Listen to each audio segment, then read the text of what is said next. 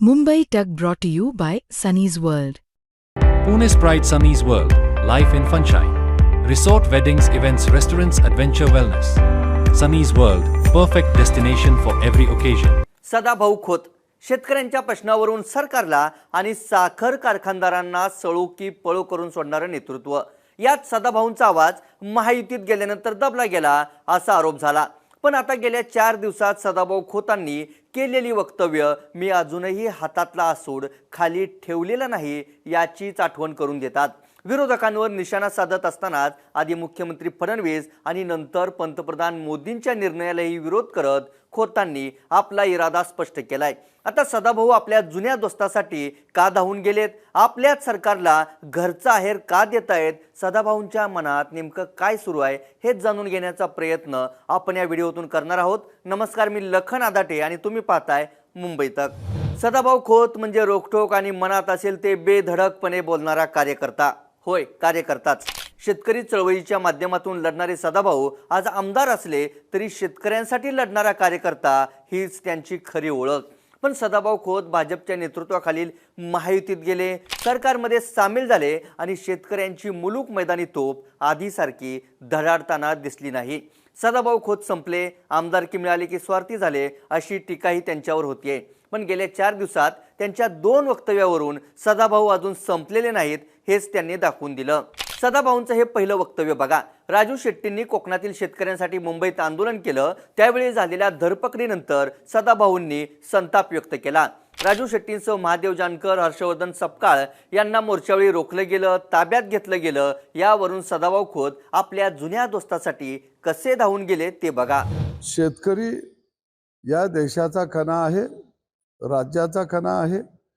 शेतकऱ्याच्या प्रश्नावरती जे नेते आंदोलन करत होते, माझे सहकारी राजू शेट्टी असतील, महादेव जानकर असतील, त्यांना या पद्धतीनं उचलून नेण्याची गरज आहे असं मला वाटत नव्हतं.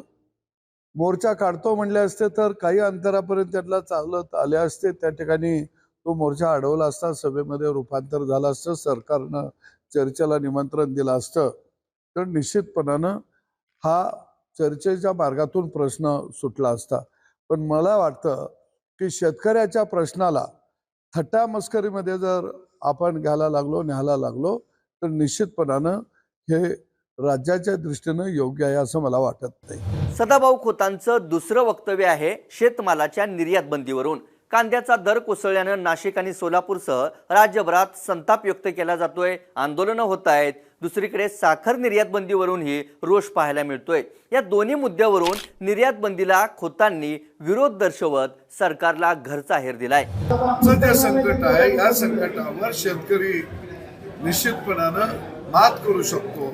तुम्हाला आम्ही खाऊ पिऊ घालतो, पण आमच्या शेतीवरची बंधनं हटवा. आम्हाला चांगलं तंत्रज्ञान द्या, शेतीमध्ये चांगलं बियाणं आम्हाला द्या. कधीही तुम्ही निर्यात बंदी लावू नका. अरे साखऱ्या मागला, मग मागू दे ना, काय फरक पडतो? अरे ज्यादा साखर खाल्ली की डायबिटीस होत या, ज्यादा साखर खाल्ली की शरीर कमकुवत होतं या, ज्यादा साखर खाल्ली की हृदयविकाराचा आजार होतो या. मग साखऱ्या खायलाच कशाला पाहिजे? आता बिन साखरेचा चळ पेलं तर चालतंय.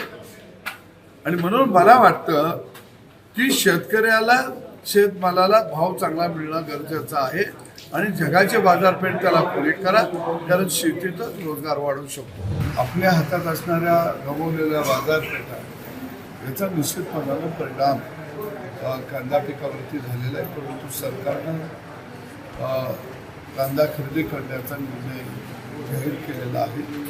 त्याच्यातून काही भाव वाढतील आणि शेतकऱ्याला दिलासा मिळेल.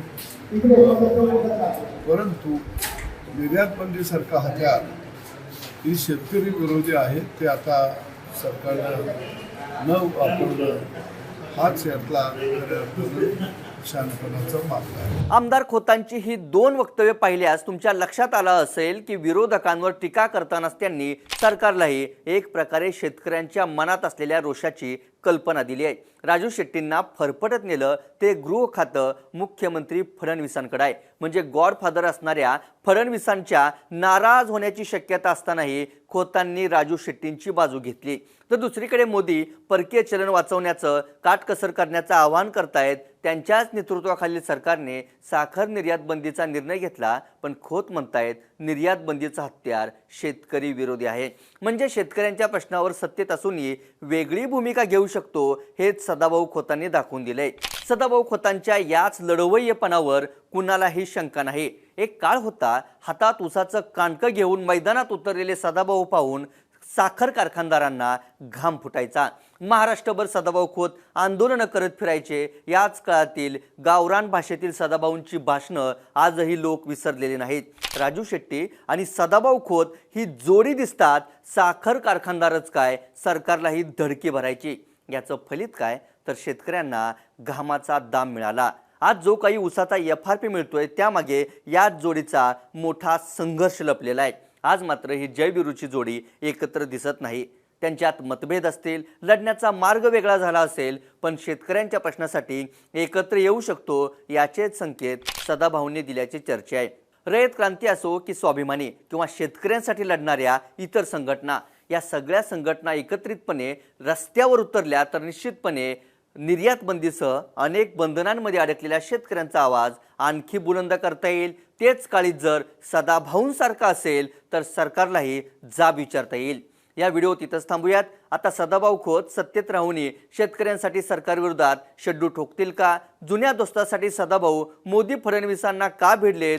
सदाभाऊ खोत आता जुन्या रूपात मैदानात उतरतायत की फक्त दिखावा आहे? आगामी काळात राजू शेट्टींसोबत सदाभाऊंनी एकत्रितपणे मैदानात उतरावं का? याबद्दल तुम्हाला काय वाटतं ते आम्हाला कमेंट करून सांगा. ताज्या घडामोडी आणि अचूक विश्लेषणासाठी मुंबई तकच्या यूट्यूब चॅनलला सबस्क्राईब करा. फेसबुक आणि Xवरही फॉलो करायला विसरू नका.